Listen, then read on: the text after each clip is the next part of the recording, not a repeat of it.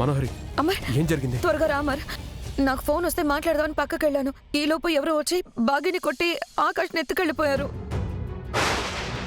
What? Akash నెత్తికెళ్ళిపోయారా? బాగి ఎక్కడ? ఆ room లో ఉంది.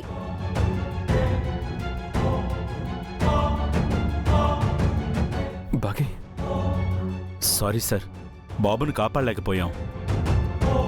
మేడం గారు స్పృహలో లేరు. బాగి,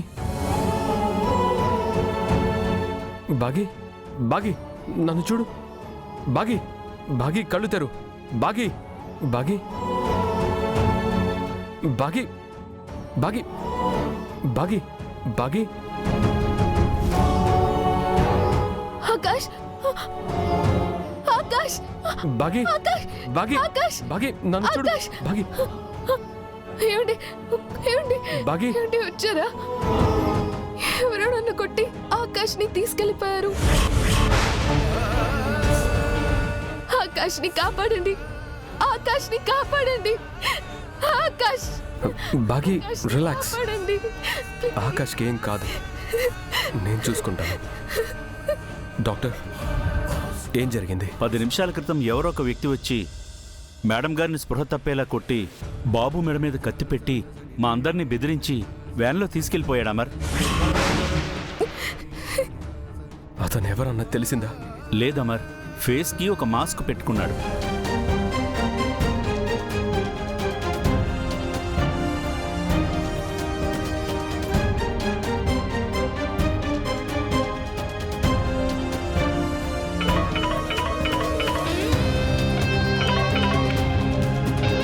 హలో, చెప్పండి సార్. ఎక్కడున్నారు?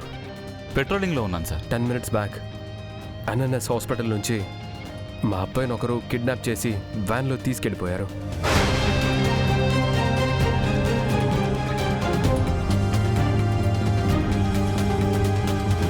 వాట్? కిడ్నాప్ చేశారా? ఎవరు సార్? ఎవరో తెలీదు.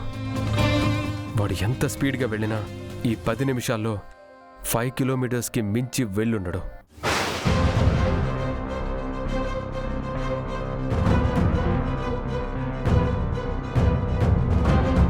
ఈ హాస్పిటల్ నుంచి 5-6 kilometers వరకు ఇమ్మీడియట్గా బందోబస్తు పెట్టండి.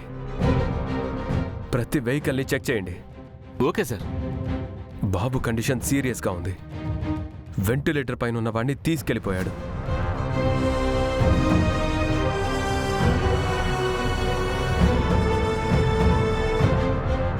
హాఫ్ అన్ అవర్ లోపు పట్టుకొని బాబుని తిరిగి హాస్పిటల్కి తీసుకురావాలి. Sure sir. ఇప్పుడే మా వాళ్ళందరినీ అలర్ట్ చేస్తాను. ఏదైనా అప్డేట్ ఉంటే డైరెక్ట్గా నాకే చెప్పండి. ఓకే డాక్టర్, నేను వెంటనే సీసీటీవీ ఫుటేజ్ చూడాలి. రండి. నువ్వు రెస్ట్ తీసుకో. ఈ విధవ ఏ రూట్లో వెళ్ళి చచ్చాడో ఏంటో. పోలీసులకి దొరికిపోతాడేమో. ఫోన్ చేసి చెప్పాలి. కానిస్టేబుల్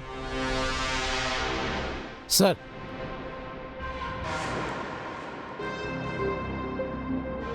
అలాగే sir. Okay. Okay sir. Go.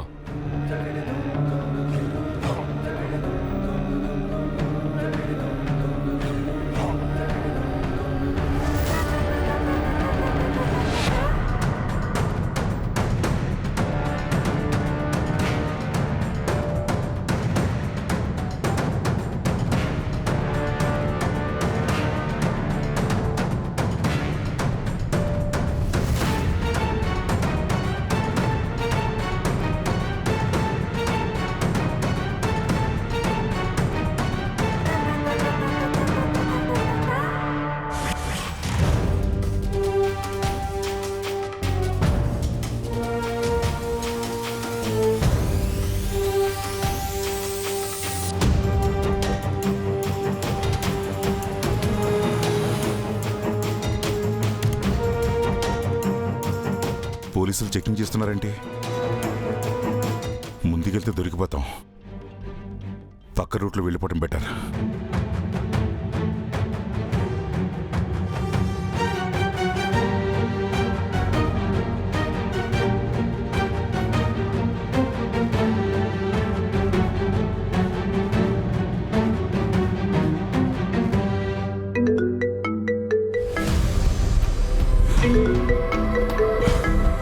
చెప్పు మనోహరి. ఏంటి చెప్పేది? ఎవరికీ తెలియకుండా ఆకాష్ని ఎత్తుకెళ్ళు అని చెప్తే హాస్పిటల్ మొత్తాన్ని అలర్ట్ చేసి వెళ్ళావు. అమరుచి విషయం తెలుసుకొని సిటీలో పోలీసులందరినీ నీకోసం నిఘా పెట్టాడు. ఆకాశం కిడ్నాప్ చేసింది నేనని తెలిసిపోయిందా? లక్కీగా అమర్కి విషయం ఇంకా తెలియలేదు. బాగి నిన్ను గుర్తుపట్టలేదు. అమరేంద్ర హాస్పిటల్కి 5 కిలోమీటర్స్ రేడియేషన్లో పోలీస్ చెకింగ్ పెట్టాడు. అసలు నువ్వు ఇప్పుడు ఎక్కడున్నావు? బంజారీల్స్ రోడ్ నెంబర్ 13లో వెళ్తున్నాను. అక్కడికి మన గెస్ట్ హౌస్ చాలా దూరంలో ఉంది. ఇప్పుడు నువ్వు అంత దూరం వెళ్ళాలంటే కష్టం. పోలీసులకు దొరికిపోతావు. మరి ఏం చేయమంటావు?